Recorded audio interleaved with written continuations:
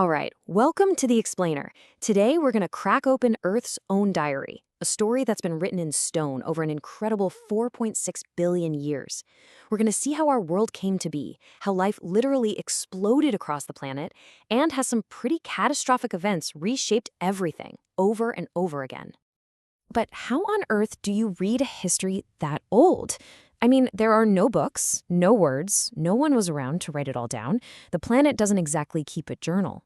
So to piece this whole epic tale together, scientists have to become geological detectives, hunting for clues that are buried deep within the Earth itself. So where do we even begin? Well, to read this massive, silent history, we first have to learn its language. And, it's a language that's as old as the hills, literally. And that language? It's fossils. Now, these aren't just a bunch of old bones. We're talking about the preserved remains, the footprints, even the burrows of ancient life. Fossils are the words and sentences in Earth's diary, and they give us this amazing, direct window into worlds that have been lost for millions, even billions of years. Okay, so let's open up our detective's toolkit. Because having fossils is one thing, but you have to know how to read them. They give us different kinds of information that help us put together this giant puzzle of the past. Basically, fossils give us two major types of clues. Some are like a timestamp, telling us exactly when a certain chapter in Earth's history was happening. And others, they're more like a detailed drawing, describing the whole scene and telling us what the world was actually like back then. And this breaks down really nicely into two types. So on one side, you've got guide fossils. These are creatures that lived in a very specific place for a really long time. So if you find a coral fossil, boom, you're looking at what used to be a warm, shallow sea. Then on the other side, you have index fossils. These guys are our timekeepers. They only lived for a pretty short, specific time, but they were all over the planet. And check out how this works in the real world. A fossilized fern? That tells you a story about a warm, humid landscape. But a trilobite? Whoa, that's a clear marker for the Paleozoic era. Finding one of those instantly dates that entire layer of rock to a specific 300 million year window. It's an amazing shortcut. But get this, fossils don't just tell us about time and environments. They can solve enormous geographical mysteries. I mean, they can actually prove that entire continents have drifted thousands of miles apart over millions of years. A perfect example is this plant, Glossopteris. We've found its fossils on continents that are now separated by massive oceans.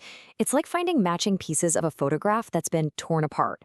It is undeniable proof that all these places were once connected, part of that giant supercontinent we call Pangaea. Okay, so now that we've got our decoding tools, we can finally open up Earth's diary and start reading its four main chapters. Geologists call them eras. But before we dive in, just look at this chart for a second. The first thing that should just blow your mind is the sheer scale of the Precambrian era. It's not just the first chapter, it's practically the whole book.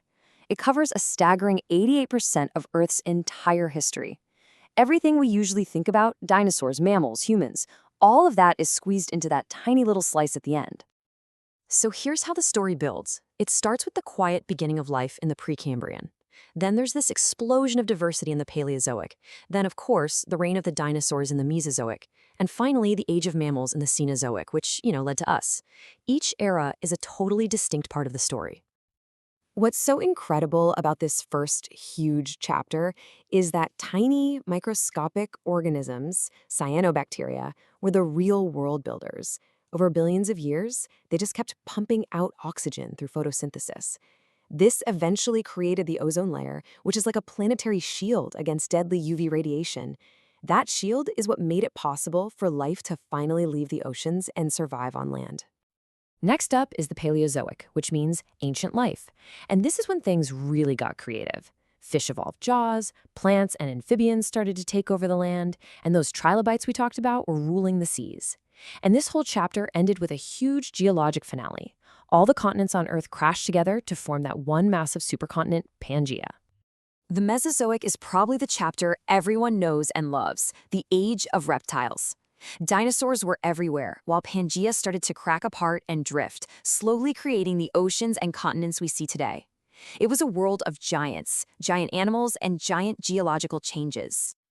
And that brings us to our own era, the Cenozoic, or new life, Once the dinosaurs were gone, mammals, who'd been these small creatures hiding in the shadows, finally got their chance and took over.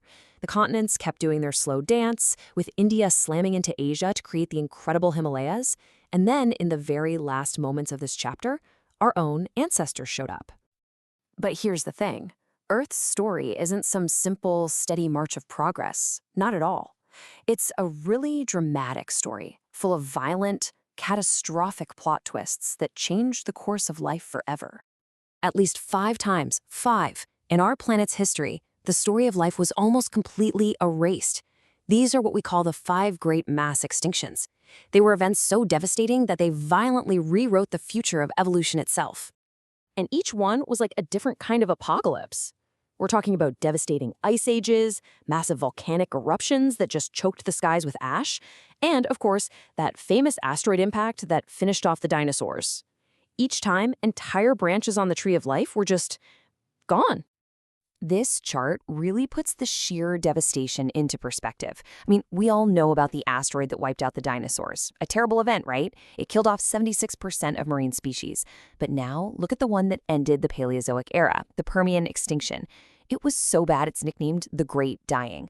It wiped out an almost unbelievable 96% of all life in the oceans. So, after this incredible history of creation and total destruction, what does it all mean? What's the main lesson we should take away from reading Earth's diary? Well, the story shows us this really powerful pattern. Endings are also beginnings. As awful as these extinctions were, they basically wiped the slate clean. They created new evolutionary opportunities, allowing the few survivors to expand and evolve into new forms.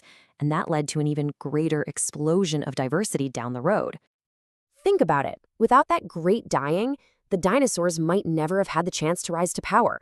And without the extinction of the dinosaurs, mammals, and yeah, eventually us, might have stayed small creatures in the shadows forever.